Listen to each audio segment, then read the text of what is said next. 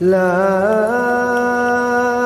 أقسم بيوم القيامة ولا أقسم بالنفس اللوامة أيحسب الإنسان أن لن نجمع عظامه بلى قادرين على أن نسوي بنانه الحمد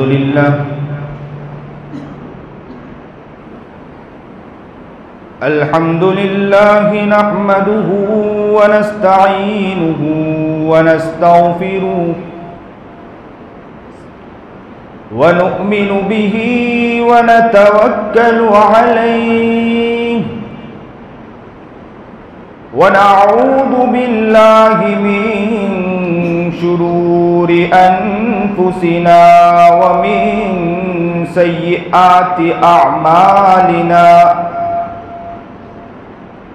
من يهده الله فلا مضل له ومن يضلله فلا هادي له ونشهد أن لا إله إلا الله وحده لا شريك له ونشهد أن سيدنا ومولانا محمدا عبده ورسوله أما بعد فأعوذ بالله من الشيطان الرجيم بسم الله الرحمن الرحيم وأتموا الحج والعمرة لله صدق الله العظيم وصدق رسوله النبي الكريم ونحن على ذلك من الشاهدين والشاكرين والحمد لله رب العالمين اللهم صل على سيدنا محمد وعلى آل سيدنا محمد وبارك وسلم اللهم صل على سيدنا محمد وعلى آل سيدنا محمد وبارك وسلم اللهم صل على سيدنا محمد وعلى آل سيدنا محمد وبارك وسلم واجب الاحترام قابل عزت تکریم بزرگان محترم،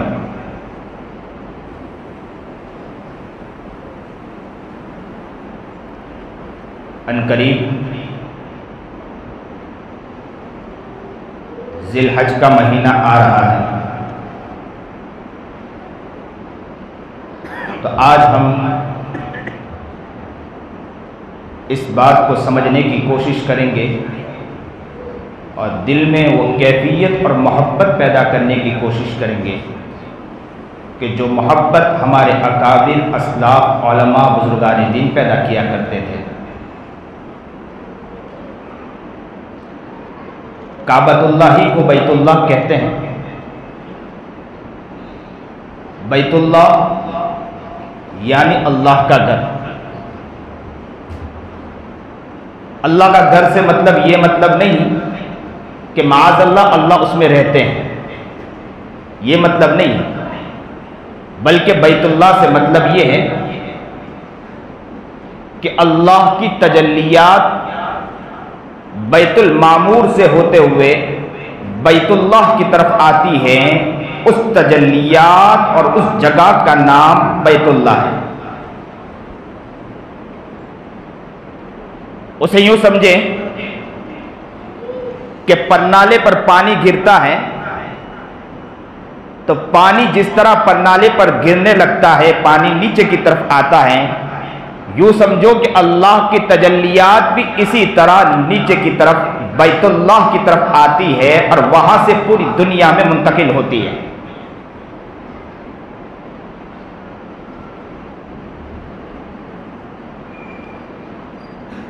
بیت المعمور سے ہوتے ہوئے بیت اللہ، اسی لیے بعض لوگ یہ سمجھتے ہیں کہ اس جگہ کو جو مکان بنا ہوا ہے اگر اسے ہٹا لیا جائے تو بھی بیت اللہ کہا جائے کہ نہ کہا جائے، تو یہاں یہ بات بھی سمجھتے چلیں کہ جو مکان نما بنا ہے اسے ہٹا لیا جائے تب بھی وہ جگہ بیت اللہ ہے۔ جو تجلیات براہ راست بیت المعمور سے ہوتے ہوئے نیچے تک آتی ہیں زمین تک، یوں نہ سمجھو کہ زمین تک، بلکہ زمین کے نیچے یعنی تہ تک بھی جاتی ہیں، نیچے تک بھی جاتی ہیں وہ تجلیات۔ اس لیے سمندر میں رہتے ہوئے بھی کوئی اگر عبادت کرتا ہے تو ان کا بھی قبلہ جو ہوگا وہ بھی اس تجلیات کی طرف ہی ہوگا۔ یوں سمجھو کہ تجلیات ایک ستون ہے اور بیت المعمور سے ہوتے ہوئے وہ سیدھا بیت اللہ اور نیچے تک جاتی ہیں اور وہاں سے پوری دنیا کے اندر وہ تجلیات پھیلتی ہیں، پوری دنیا تک منتقل ہوتی ہے۔ اور سمجھنے کی بات ہے کہ اللہ والے علماء صلحاء بزرگان دین اسی بیت اللہ کو دیکھنے کے لیے اپنے دل میں ذوق رکھتے ہیں، شوق رکھتے ہیں، محبت رکھتے ہیں، پیار رکھتے ہیں اور یہ سوچتے ہیں کہ اس بیت اللہ کو دیکھنے جانا ہے، اور اس بیت اللہ کی محبت میں وہ دیوانہ ہوتے ہیں، سرمست ہوتے ہیں، مجنون ہوتے ہیں، اور وہ بالکل اس طرح ایسے دیوانے ہو جاتے ہیں کہ وہ اللہ سے رو رو کر دعا کرتے ہیں کہ اللہ اس بیت اللہ تک ہمیں پہنچا دے۔ اس تک پہنچنے کے لیے اپنے دل میں ایک درد رکھتے تھے، کڑن رکھتے تھے اور اس کے لیے قربانیاں دیتے تھے، اس کے لیے سفر طے کیا کرتے تھے۔ سارے سفر اگر جتنا بھی مشکل کن سفر ہو تو سفر کرنے کے لیے وہ تیار رہا کرتے تھے، کیونکہ وہ بیت اللہ کو دیکھنا چاہتے تھے۔ آج ذرا سوچیں کتنے لوگ وہ ہیں کہ جو دعائیں بھی کرتے ہیں اس وقت اس کے بعد بھی بیت اللہ تک نہیں پہنچ پاتے، اور کتنے لوگ ہیں کہ جو ہر سال بیت اللہ تک پہنچ رہے ہیں۔ اللہ ہمیں بھی وہاں پہنچائے اور وہاں کی زیارت نصیب فرمائے، اور اس کعبۃ اللہ کو دیکھنے کی توفیق اللہ ہمیں بھی عطا فرمائے۔ یہ آنکھ اللہ وہ آنکھ بنا دے کہ جس آنکھ سے ہم بیت اللہ کی زیارت فرمائیں۔ یہ ہماری باڈی، یہ ہمارا جسم وہ جسم بنائے کہ بیت اللہ کے غلاف کو پکڑ کر بیت اللہ پر لپٹ کر ہم اللہ سے گڑ گڑائیں گے اور مانگیں گے، اللہ ہمیں وہ بنا دے۔ ہمارے علماء اسلاف بیت اللہ کو دیکھنے کے لیے تڑپتے اور مچلتے تھے۔ ایک بات یہاں اور کہتا چلوں، پہلے رستے کچے تھے لیکن مسافر پکے تھے، اب تو رستے پکے ہو چکے لیکن مسافر کچے نکلے۔ پہلے دیکھا جاتا تھا کہ رستے کچے ہوا کرتے تھے لیکن مسافر مجنون ہوا کرتا تھا، دیوانہ ہوا کرتا تھا۔ آج رستے پکے ہو چکے لیکن مسافر جو ہے نا وہ کچے نظر آتے ہیں، اس کے اندر جنون نہیں نظر آتا، ان کے اندر کوئی دل میں تڑپ نظر نہیں آتا۔ جانے والوں کو دیکھتا ہے تب بھی اس کے دل میں کوئی قلق نہیں، اس کے دل میں کوئی تڑپ نہیں ہوتی ہے۔ لیکن پہلے وہ ہوا کرتے تھے کہ دیوانے ہوا کرتے تھے، مجنون ہوا کرتے تھے۔ جانے والے جب جاتے تھے نا تو پوچھتے تھے کہ کہاں جا رہے ہو، تو کہتے تھے کہ بیت اللہ کی طرف جا رہے ہیں، تو کہا کرتے تھے کہ آپ بھی میرے لیے دعا کر دینا کہ میں اس گھر کی زیارت کر لوں۔ تو پہلے رستے کچے تھے، مسافر پکے ہوا کرتے تھے، اب رستے پکے ہیں، مسافر کچے نظر آتے ہیں۔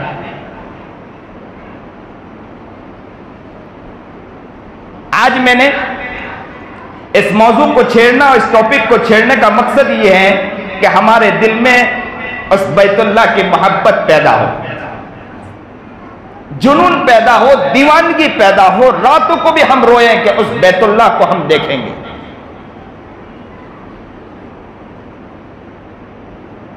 ایسے ایسے عاشق دکھیں کہ علامہ زمخشری رحمت اللہ علیہ کے بارے میں آتا ہے کہ بہت بڑے تفسیر کے ماہر تھے، تفسیر کشاف بھی انہوں نے لکھی ہے، کہ بیت اللہ کے پاس ہی پڑے رہتے تھے، وہیں رہتے تھے، وہیں اپنی زندگی کو بسر کیا کرتے تھے، کہ ان کا نام بیت اللہ کے قریب میں رہنے کی وجہ سے صبح شام بیت اللہ کے پاس زندگی گزار دی، بیت اللہ کے پاس رہتے ہوئے، کہ وہاں کے مکۃ المکرمہ کے عرب والوں نے ان کا نام جار اللہ کر دیا، نام رکھ دیا جار اللہ، یعنی اللہ کا پڑوسی۔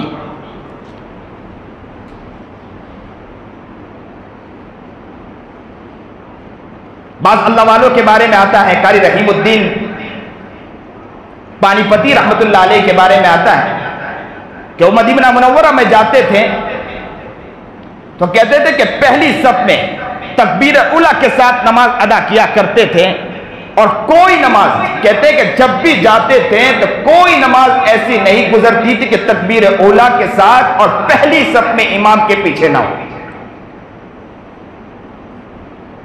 وہاں جانے والوں کو معلوم ہوگا کہ وہاں پہلے سے صف لگ جایا کرتی ہے، جگہ ملتی نہیں، لیکن ان کے اندر ایک طلب تھی، مچل تھی، وہ پہلے سے تیار، تہجد سے اس سے پہلے سے تیار ہوتے تھے اور پہلے سے جا کر بیٹھ جایا کرتے تھے وضو کر کے۔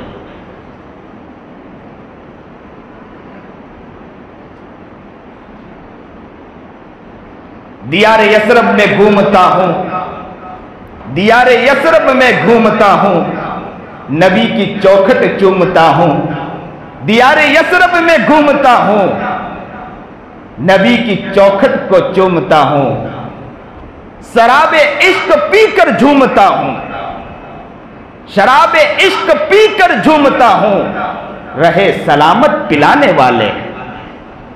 جو پلانے والا جو ہے نا، ہم اس کو دعا کر رہے ہیں کہ سلامت ہے، رہے سلامت پلانے والے۔ دیار یثرب میں گھومتا ہوں، یعنی مدینے کے دیار میں گھومتا ہوں اور نبی کی چوکھٹ کو چومتا ہوں۔ دیار یثرب میں گھومتا ہوں، نبی کی چوکھٹ کو چومتا ہوں، شراب عشق پی کر جھومتا ہوں، عشق کا شراب پی کر جھومتا ہوں، رہے سلامت پلانے والے۔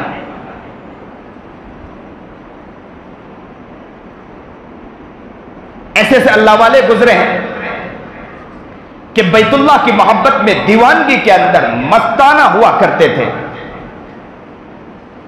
ان کی زندگی وہ ہوا کرتی تھی کہ ان کی نظروں میں بیت اللہ ہوا کرتا تھا۔ سالم بن عبداللہ بہت بڑے اللہ کے ولی گزرے ہیں، سنیے اور دل کے کانوں سے سنیے، اللہ ہمیں بیت اللہ کی زیارت نصیب فرما دے۔ سالم بن عبداللہ بہت بڑے اللہ کے ولی گزرے ہیں۔ کہتے ہیں کہ سالم بن عبداللہ کے بارے میں کہ ایک مرتبہ بیت اللہ کا طواف کر رہے تھے، سن رہے ہیں، دھیان ہے، توجہ ہے، سنیے، بیت اللہ کی زیارت کر رہے تھے، طواف کرتے کرتے حاکم وقت بھی وہاں پہنچ گیا۔ حاکم وقت نے سالم بن عبداللہ سے کہا کہ حضرت اگر کچھ چاہیے ہو، کچھ ضرورت ہو تو مجھے عرض کر دیجئے۔ سالم بن عبداللہ اسی خاموشی کے اندر پھر طواف میں لگے، تو حاکم وقت نے پھر متوجہ کیا اور کہا کہ حضرت اگر کچھ ضرورت ہو تو ذرا بتلائیے۔ سالم بن عبداللہ غصے میں آ گئے اور کیا کہا، او خدا کے بندے، میں اللہ کے گھر کے پاس کھڑا ہوں، بیت اللہ سامنے ہوں، اور میں بیت اللہ کو رہتے ہوئے میں تجھ سے کیا مانگوں؟ بیت اللہ سامنے اور میں تجھ سے مانگوں؟ او خدا کے بندے ذرا تو شرم کر۔ لیکن حاکم وقت تھا، دیوانہ تھا کہ اللہ والے ہیں، اللہ والوں کی محبت تو اللہ والوں کی محبت۔ آج کا ہمارے دلوں میں اللہ والوں کی محبت باقی رہی، اب تو نکتہ چینی کے پیچھے، ہمارے بڑوں کے پیچھے لگے رہتے ہیں، اللہ والوں کے پیچھے۔ اب تو لگتے ہیں کہ دودھ کے دھلے مولوی ملنا چاہیے، ایسے مولوی ملنا چاہیے کہ دودھ کے دھلے ہوئے ہو، ایک گناہ نہیں، ایک غلطی نہیں ہو، تو فرشتوں کو اتار لو۔ انسان ہے، گناہ ہوتے، غلطیاں ہوتی ہے، بشر ہے، بشری تقاضا ہے۔ لوگ کہتے ہیں دودھ کے دھلے ہونا چاہیے، ذرا بھی غلطی نہیں ہو مولوی سے۔ مولوی تو ایسا ہو کہ فرشتہ ہو، تو پھر مولوی کو پیدا کرنے کی اللہ کو ضرورت ہی کیا، فرشتوں کو ہی پیدا کر دیتے۔ اب مولوی کی نکتہ چینی میں لگتے کہ ملا جی، اور خود تو ماشاءاللہ ذرا سا پجامہ بھی صحیح پہننے نہیں آتا، اور کہتے ہیں کہ مولوی کی غلطی نکالنے چلے۔ انسان ہے، بشر ہے، غلطی ہوا کرتی ہے، لیکن یاد رکھے عقل مند انسان وہ ہے جو راتوں کو اٹھ کے ان کے لیے دعائیں کرے۔ ہو سکتا ہے کہ آپ جن کے بارے میں کہہ رہے ہیں نا، وہ تھوڑی دیر کے بعد معافی مانگ لے، اللہ کو اپنا بنا لے، یاری کر لے، وہ دوستی کر لے اللہ سے، لیکن آپ کی دوستی کے بارے میں ذرا بتلائیے کہ اللہ کی یاری سے آپ کتنے دور ہوتے جا رہے ہیں۔ انہوں نے تو غلطی کی اور یاری کر لی، رات کو اٹھ کے رو لیا، اللہ سے معافی مانگ لی، اللہ کو منا لیا۔ ذرا اپنی یاری کے بارے میں بتلائیے کہ یاری کتنی پکی یاری ہوگی تمہاری۔ تو حاکم وقت بھی حاکم وقت تھا، دیوانہ تھا، اللہ والوں سے محبت حد درجہ تھی، تو اس نے جیسے ہی طواف مکمل کیا اور فوراً حرم شریف سے باہر نکلنے کے بعد کھڑا رہا کہ حضرت ابھی آئیں گے۔ کہتے ہیں سالم بن عبداللہ نے طواف مکمل کیا، ارکان مکمل کیے اور حرم شریف سے باہر نکلے۔ جیسے ہی باہر نکلے تو حاکم وقت نے کہا کہ حضرت اب جو مانگنا ہے مانگ لو، میں دینے کے لیے تیار ہوں۔ اب جو مانگنا ہے مانگ لے، میں دینے کے لیے تیار ہوں، حضرت جو چاہے آپ مانگے۔ تو حضرت نے کہا کہ دین مانگو یا دنیا مانگو؟ عجیب بات، سالم بن عبداللہ نے کیا کہا کہ دین مانگو یا دنیا مانگو؟ حاکم وقت نے سوچا کہ دین کے معاملے میں تو سالم بن عبداللہ ہی بہت آگے ہیں، میں کہاں اس لائق ہوں کہ دین کے معاملے میں کچھ کہہ سکوں، وہ تو ولی کامل ہے، میں تو یہ نہیں کہہ سکتا ہوں کہ کچھ چیز عطا نہیں کر سکتا ہوں، دین کے معاملے میں آگے تو نہیں بڑھ سکتا ہوں۔ دین کے معاملے میں اللہ نے انہیں ایک مقام عطا فرمایا، مرتبہ عطا فرمایا، میں ان کے مقام تک بھی پہنچ نہیں سکتا ہوں۔ تو دھیرے سے کہا کہ حضرت دنیا سے جو مانگنا چاہے مانگ سکتے ہیں۔ تو سالم بن عبداللہ نے بہت پیاری بات کہی، کیا کہا سنتے ہو؟ دل کے کانوں سے سنیے۔ سالم بن عبداللہ نے کہا جس نے دنیا پیدا کی اس سے نہیں مانگا تو میں تجھ سے کیا مانگوں؟ اللہ اکبر کبیرہ، اے اللہ وہ دیوانگی ہمارے دلوں میں بھی عطا فرما دے۔ کہا کہ جس نے دنیا پیدا کی اس سے نہیں مانگا، میں تجھ سے مانگوں؟ اس سے تو میں اپنی یاری مانگتا ہوں، اللہ کی یاری مانگتا ہوں، اس کی محبت مانگتا ہوں، اس کے پیار مانگتا ہوں، میں تجھ سے مانگتے پھر۔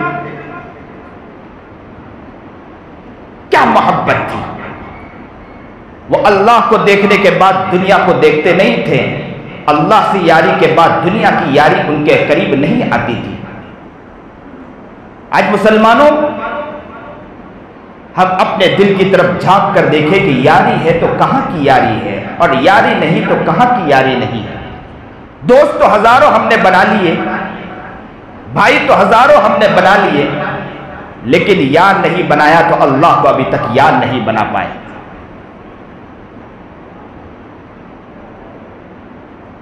جب وہاں یاری صحیح معنی میں یاری نہیں ہے تو کیا بتائیں کہ بیت اللہ کی محبت کیا ہمارے دلوں میں ہو سکتی ہے؟ ایسے سے اللہ والے گزرے ہیں کہ بیت اللہ کی حد درجہ محبت کیا کرتے تھے، اللہ سے حد درجہ محبت کیا کرتے تھے، ان کے بغیر انہیں کوئی چیز نظر نہیں آتی تھی، وہ روتے تھے، تڑپتے تھے، اس کے لیے مانگتے تھے۔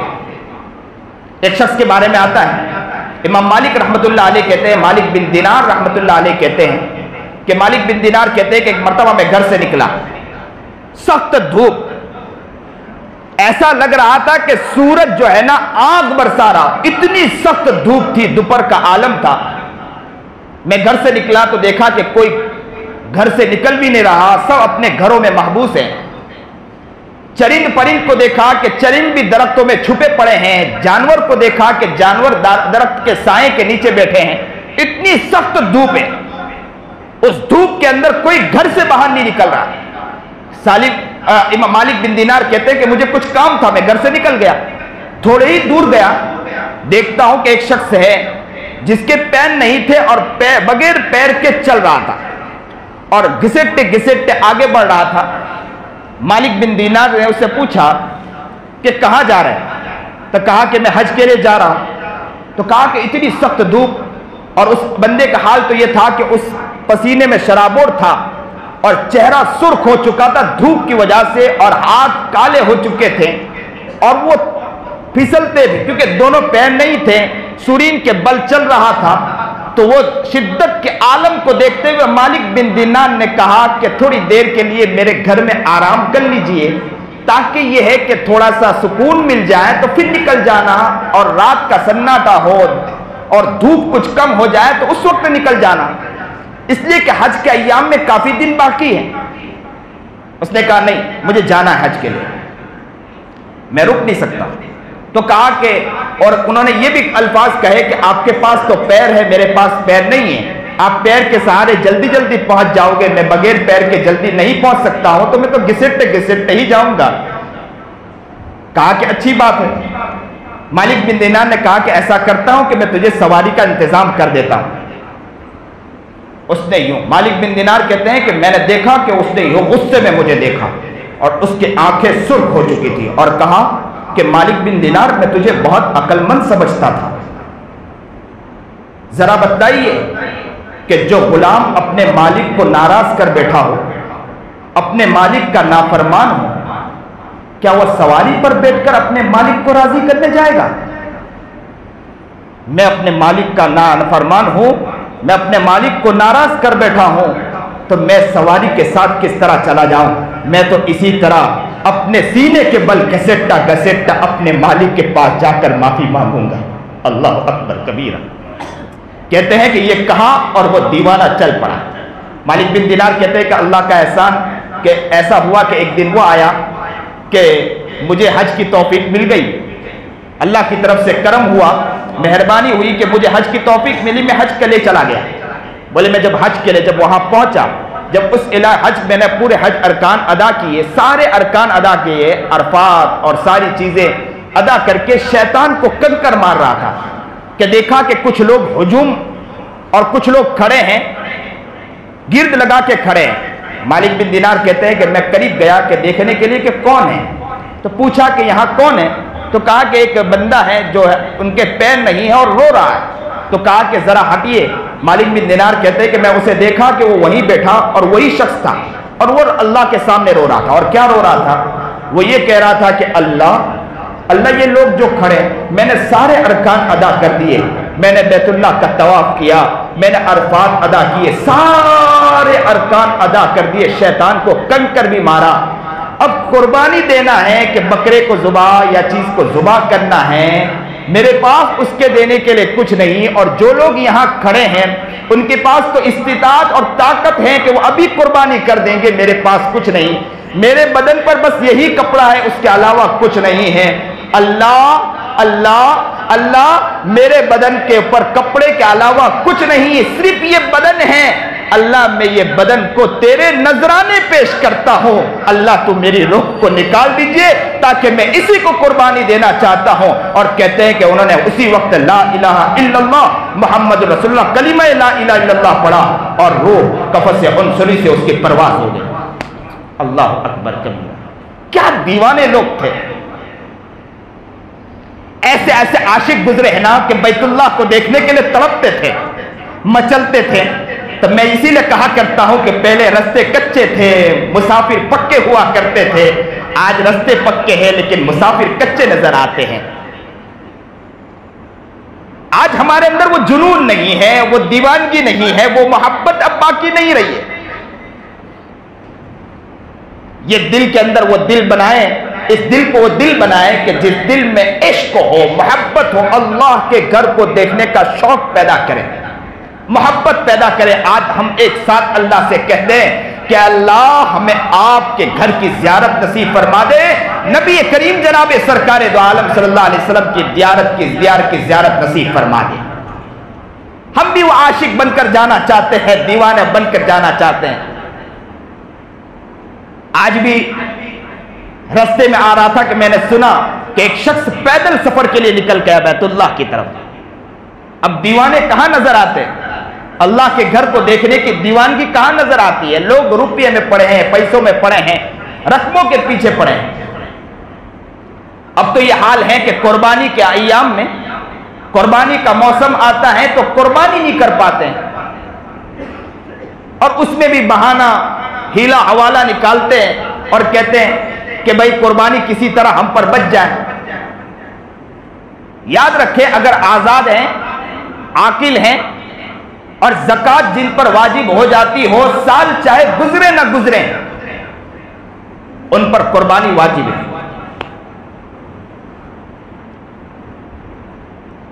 ہمیں یہ محبت دل میں لانا چاہیے، عشق لانا چاہیے اللہ کی. جب تک محبت نہیں، یاد رکھو کہ ہم کامیاب نہیں ہوتے.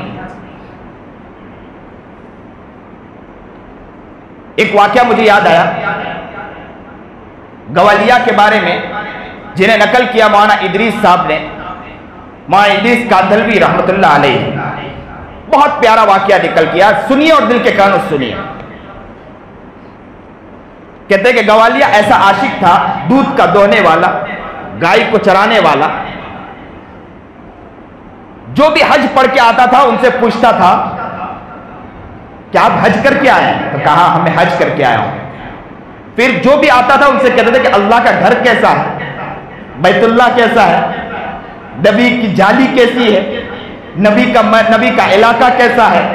کوئی بھی آتا تھا کہتے تھے کہ عرفات میں کس طرح جاتے ہوں گے. کوئی بھی آتا انہیں کہتا کہ شیطان کو کس طرح پتھر مارتے. وہ دیوانہ تھا، پاگل تھا. وہ پوچھتا تھا لوگوں سے کہ حج کر کے آئے ہو آپ لوگ، حج کر کے آئے. اس نے پھر ایک سے کہا کہ مجھے بتلائیے کہ حج کے راستے حج کس طرح کرنے جاتے ہیں. کسی نے کہا کہ کراچی ہوتے ہوئے، وہ لاہور میں رہتا تھا، بولے کراچی سے جاتے ہیں. تو پوچھنے لگا کہ کراچی کس طرح جاتے ہیں. کسی نے کہا اسٹیشن سے جاتے ہیں. ایک شخص نے اسے اسٹیشن پہنچا دیا.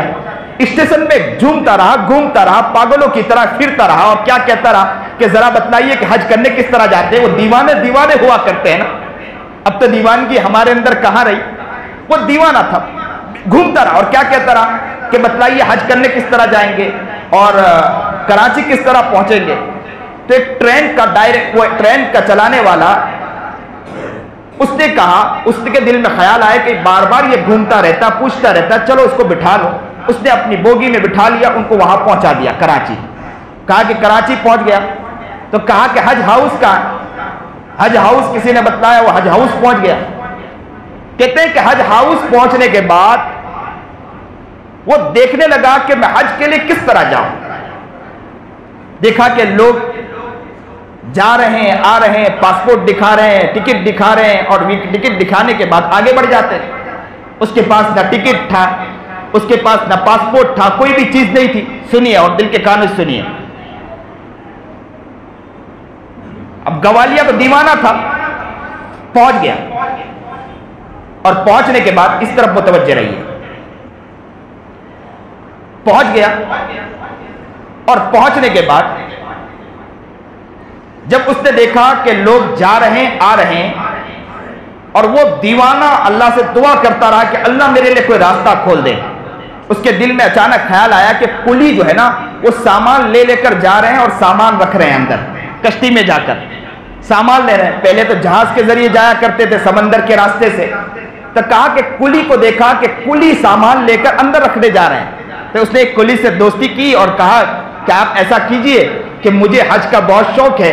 اس کے منت اور پیر پڑنے لگ گیا اور کہا کہ مجھے ایسا کیجئے، آپ اپنا جو پہنا ہوا ہے نا، جو کپڑا پہنا ہوا، جو کرتا پہنا ہوا، وہ آپ مجھے دے دیے. ایک خاص قسم کا کپڑا پہنایا جاتا ہے جسے ہم لوگ آج کے زمانے میں یہاں پر کہتے ہیں کہ اسکول کے اندر یونیفارم، یا دوسری جگہ پر یونیفارم پہنایا جاتا. وہ یونیفارم کی طرح پہنا ہوا تھا.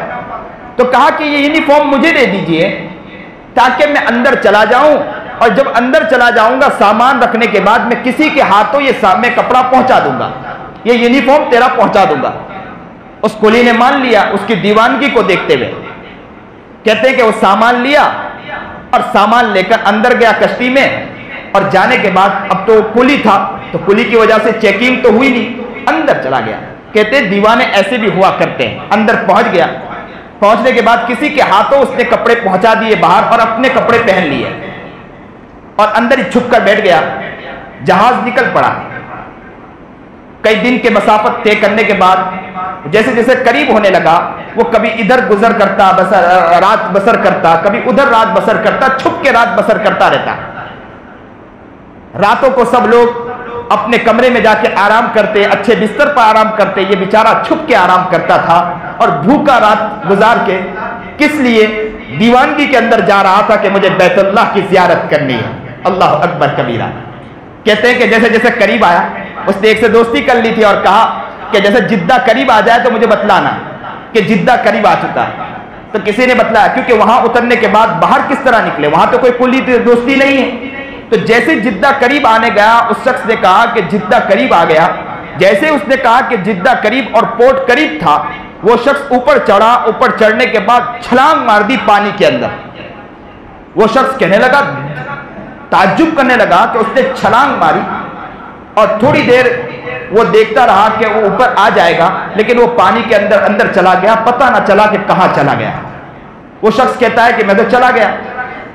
میں جب وہاں پہنچا، حج کے درمیان حج کیا، سارے ارکان ادا کیے، حرم شریف سے میں باہر نکل رہا تھا تو اچانک وہی گوالیہ نظر آیا. تو میں نے اسے دوڑ کر پکڑا اور اس گوالیے سے پوچھا کہ آپ ادھر، آپ وہی ہو نا؟ تو کہا میں وہی ہوں. اور اس نے ماشاءاللہ جبہ پہنا ہوا تھا، عرب کا جبہ پہنا ہوا تھا، اور کہا آپ وہی ہو؟ تو کہا میں وہی ہوں. تو کہا آپ کیسے یہاں پہنچے؟ آپ تو پانی میں ڈوب چکے تھے. تو کہا چلیے ذرا باہر نکلیے، ابھی میں آپ کو واقعہ بتلاتا ہوں، پورا واقعہ. بولے باہر نکلے، اچانک ایک نئی گاڑی کھڑی تھی، بہترین گاڑی کھڑی تھی، وہاں کھڑی تھی اور ڈرائیور راہ دیکھ رہا تھا. جیسے ہی وہ شخص آیا گاڑی میں بیٹھا، ڈرائیور نے گاڑی چلائی، اس شخص کو بٹھایا کہ تم بھی بیٹھ جاؤ، اور وہ گاڑی میں دونوں آگے بڑھ گئے. کہتے ہیں کہ وہ اپنے ایک بہترین بنگلہ نما گھر کے پاس پہنچا اور وہاں گاڑی روکا، اور روکنے کے بعد کہا چلیے میرا گھر ہے. اور اس بنگلے کے اندر گئے. بنگلے کے اندر جا کر بیٹھے تو کہتے ہیں کہ اندر دیکھا تو بہترین منظر نما. کہتے ہیں اندر جا کر بیٹھے. اس شخص نے کہا کہ ذرا مشروبات لائیے، کھانا لائیے، چیزیں لائیے. اپنے خادموں سے کہا، خادموں نے کھانا لا کر پیش کیا. وہ شخص سمجھ نہیں پایا. اس شخص نے کہا کہ ذرا اپنا واقعہ تو بتلائیے، آپ نے تو پانی میں ڈبکی مار دی تھی، زندگی ایسے لگا کہ ختم ہو چکی، اور آج آپ یہ منظر آپ کا دیکھ رہا ہوں، مجھے سمجھ میں نہیں آتا، ذرا واقعہ بتلائیے. تو اس نے کہا کہ چلو میں آپ کو راز کی بات بتلاتا ہوں. بات دراصل یہ ہے کہ جیسے ہی میں نے وہاں چھلانگ ماری اور میں پانی میں ڈوبنے لگا تو میں نے اللہ سے دعا کی کہ اللہ، میں تو آپ کے گھر کو دیکھنے کے لیے تڑپ رہا تھا، میں آپ کے گھر کو دیکھنے کے لیے مچل رہا تھا، میں تو اسی لیے دوڑ لگا رہا تھا کہ میں آپ کے گھر کو دیکھوں. اللہ تو ہی مجھے بچانے والا ہے، اللہ تجھے ہی مجھے یہاں سے نکالنے والا ہے. کہتے ہیں میں نے وہاں ڈبکی لگائی تو کہا کہ پانی منہ میں جانے لگا، لیکن پانی کے جو لپٹ آ رہی تھی اس نے مجھے باہر نکال کے پھینک دیا. میں دور پڑا تھا، میرے منہ میں پانی جا چکا تھا. رات کے تہجد کے عالم میں میری اچانک آنکھ کھلی، مجھے ہوش آیا، میں اٹھا. اٹھنے کے بعد دیکھنے لگا کہ ہر جگہ وہاں پر کڑے لگے ہوئے تھے اور پورا دیوان نما بنایا ہوا تھا، اندر تو جا نہیں سکتا تھا. میں وہاں راہ دیکھنے لگا کہ کوئی نہ کوئی واقعہ منظر نما ہو جائے، کہ مجھے یہاں سے نکلنے کا راستہ مل جائے. کہ میں دیکھتا ہوں کہ ایک جگہ پر، دوسری جگہ پر ایک کوٹھی جیسی بنی ہوئی تھی، اس کوٹھی میں ایک گائے کھڑی تھی اور دو شخص اس گائے کا دودھ نکال رہے تھے. میں وہاں گیا اور وہاں جا کر، اس لیے کہ پہلے سے آر تو لگا ہوا تھا، میں جا کر بیٹھ گیا. میں دیکھنے لگا کہ وہ دودھ نکال رہا ہے، لیکن وہ دودھ نکال نہیں پا رہا، گائے اسے لات مار کے پھینک دیتی ہے. پھر میں وہ دودھ نکالنے کی کوشش کرتا، وہ لات مار کے پھینک دیتی ہے. تو کہتے ہیں کہ میں دیکھتا رہا. تو میں نے اسے اشارے میں کہا، کیونکہ وہ عربی تھے، میں نے اشارے میں کہا کہ مجھے دودھ نکالتے آتا، کیونکہ وہ تو گائے دہنے والا تھا. کہا مجھے دودھ نکالتے آتا. تو انہوں نے کہا تجھے نکالتے آتا؟ کہا نکالتے آتا. تو فوراً وہ لوگ دونوں وہ پہنچے اپنے ڈائریکٹر کے پاس، اور وہ سی پیک وہیں کا، یعنی دروازہ کھولنے والا اور بند کرنے والا تھا. وہ ڈائریکٹر تھا، اس کا بچہ بیمار تھا. ڈاکٹروں نے کہہ دیا تھا کہ گائے کا دودھ اسے پلایا جائے، لیکن مزدور لوگ دودھ تو نکالتے تھے، دودھ کثرت سے نہیں نکل پاتا، تھوڑا نکل پاتا تھا، جس کی وجہ سے بچہ سیراب نہیں ہو پاتا تھا. تو کہتے ہیں کہ جس نے جیسے ہی وہ دیکھا تو ڈائریکٹر کے پاس گئے. ڈائریکٹر نے فوراً کہا، سی پیک کے ڈائریکٹر نے، کہ آپ جائیے، چابی لیجئے اور دروازہ کھولیے، اسے اندر لائیے. اندر لایا گیا. اس نے اس کا جو ایک حربہ تھا، گائے کو جس طرح سہلانے کا سہلایا اور دودھ نکالنا شروع کیا. اور یہ کہتے ہیں کہ 8 اور یا 10 کلو اس نے دودھ نکالا اور دودھ نکال کر پیش کیا. گھر والے بہت خوش ہو گئے، عورت بھی خوش ہو گئے، گھر کے سارے افراد خوش ہو گئے. یہ حال دیکھ کر گھر کے ایک ایک افراد خوش ہو گئے. تو ان میں سے اس کی عورت نے کہا اپنے شوہر کو کہ انہیں یہیں رکھ لیجئے، ان کی وجہ سے ہمارا بڑا فائدہ ہے. کہتے ہیں کہ دودھ نکالنے لگا. ایک دن ایسا ہوا کہ اسی شخص نے، اس کی عورت نے دوسرے دن اپنے باپ کو فون کیا اور کہا کہ ابا، ایک شخص ایسا آیا ہے کہ جو دودھ نکالتا ہے، 8-8 10-10 کلو دودھ نکال لیتا ہے، میرا بچہ بھی سیراب ہو جاتا ہے. تو اس شخص نے اپنے داماد کو فون لگایا اور کہا کہ جو شخص آیا اسے میرے گھر میں بھیج دیں، اس لیے کہ میرے پاس 200 گائے ہے، دودھ نکالنے میں بڑی پریشانی ہو رہی ہے، یہ شخص آ جائے گا تو بڑا فائدہ ہوگا۔ تو کہتے ہیں کہ یہاں سے انہیں وہاں پہنچا دیا گیا۔ جب وہاں پہنچا تو پہنچنے کے بعد انہیں کہا کہ دودھ نکالنا ہے، تو اس نے کہا میں تو حج کے لیے آیا ہوں۔ تو کہا کہ نہ آپ کو دودھ نکالنا ہے، تو کہا اچھی بات ہے۔ تو کہا کہ ایک دن دودھ نکال کے دیا، ساری گائیوں میں سے کئی سو کلو دودھ نکال کے دیا۔ تو وہ شخص اتنا خوش ہوا، اس نے کہا آپ کو یہیں رہنا ہے؟ تو اس نے کہا میں تو یہاں رہوں گا، لیکن میں تو حج کے لیے آیا۔ تو کہتے ہیں کہ دوسرے دن بھی وہ شخص اس نے پھر دودھ نکالا، اور شخص نے پھر کہا تمہیں یہیں رہنا ہے؟ تو اس نے کہا میں تو یہیں رہوں گا، لیکن مجھے دودھ نکالنا ہے، مجھے تو حج کے لیے جانا ہے۔ پھر تیسرے دن پھر اس شخص نے کہا کہ تمہیں یہیں رہنا ہے؟ تو کہا میں تو حج کے لیے اللہ کے گھر کے لیے آیا ہوں۔ تو اس نے کہا کہ اچھی بات ہے، میں اللہ کے گھر کی زیارت کروا دیتا ہوں۔ اسے حج کے لیے بھیج دیا۔ بولے میں حج کر کے جیسے ہی گھر پر پہنچا، تو جیسے ہی میں اس جگہ پر پہنچا، مالک کے پاس پہنچا، تو میں نے مالک سے کہا کہ میں اپنے گھر جانا چاہتا ہوں، کہ میری امی بھی ہے، میرے بچے بھی ہیں، میرے گھر کے سارے افراد ہیں۔ تو اس شخص نے کہا کہ میں تیرے سارے بچوں کو بلا لوں، تیرے بیوی کو بلا لوں، تیرے گھر کے سارے افراد کو بلا لوں، میرے پاس حویلی ہے، میں تجھے حویلی دیتا ہوں، میرے پاس ڈرائیور ہے، میں ڈرائیور دیتا ہوں، میرے پاس گاڑی ہے، میں تجھے گاڑی دیتا ہوں، تجھے جتنا حج کرنا ہے حج کر لیں۔ تو کہتا ہے کہ میں نے اللہ کی وہ محبت میرے دل میں لے کر چلا تھا، علاقے گھوم رہا تھا، کہہ رہا تھا کہ مجھے بتلائیے کہ کراچی کہاں ہے، کہہ رہا تھا کہ مجھے بتلائیے حج ہاؤس کہاں ہے، میں میرے رب کی زیارت کرنا چاہتا ہوں، میں میرے رب کو دیکھنا چاہتا ہوں، میں بیت اللہ کا منظر دیکھنا چاہتا ہوں، میں اللہ کے گھر کو دیکھنا چاہتا ہوں۔ میری وہ دیوانگی، میری وہ مدہوشی، میری وہ پاگل پنی، اللہ نے وہ لاج رکھی کہ اسی علاقے میں اللہ نے میرا گھر بنا دیا۔ اللہ اکبر کبیرہ، کیا منظر ہے، کیا لوگ رونے والے، کیا تڑپنے والے لوگوں، ہمارا دل مر چکا ہے، ایسا لگتا ہے کہ ہمارا دل موت چکا ہے، مر چکا ہے، دل کا ہمارا غافل ہو چکا ہے۔ آج اس دل میں اسے محبت پیدا کریں، جنون پیدا کریں کہ اللہ کے گھر کو انشاءاللہ ہم دیکھیں گے، انشاءاللہ اللہ کی محبت کو اپنے دل میں لائیں گے اور بیت اللہ کے اندر انشاءاللہ پہنچیں گے، نبی کریم جناب سرکار دو عالم صلی اللہ علیہ وسلم کی دیار کو دیکھیں گے انشاءاللہ۔ دیار یثرب میں گھومتا ہوں، دیار یثرب میں گھومتا ہوں، نبی کی دہلیز کو چومتا ہوں، نبی کی چوکھٹ کو چومتا ہوں، شراب عشق پی کر جھومتا ہوں، شراب عشق پی کر جھومتا ہوں، شراب عشق پی کر جھومتا ہوں۔ رہے سلامت پلانے والے لوگوں، اس دل میں اس محبت کو پیدا کریں، اللہ کے گھر کو دیکھنے کی محبت پیدا کریں۔ یہ موسم اور یہ وقت جو یہ مہینہ قریب آ رہا ہے، ذی الحجہ کا مہینہ، لوگ دیوانے جا رہے ہیں اللہ کے گھر کی طرف، ہم بھی دیوانے بن جائیں۔ اللہ سے دعا کریں کہ اللہ ہمیں بھی وہ دیوانہ بنا دے، اللہ ہمیں بھی وہ محبت عطا فرما دے۔ جو بات کہی گئی، سنی گئی، اللہ عمل کی توفیق بھی عطا فرمائے، اللہ وہ محبت اور وہ دیوانگی بھی ہمارے دلوں میں عطا فرمائے، عشق رسول عطا فرمائے، عشق الہی عطا فرمائے، اللہ عمل کی توفیق عطا فرمائے۔ وآخر الدعوانا الحمدللہ رب العالمین۔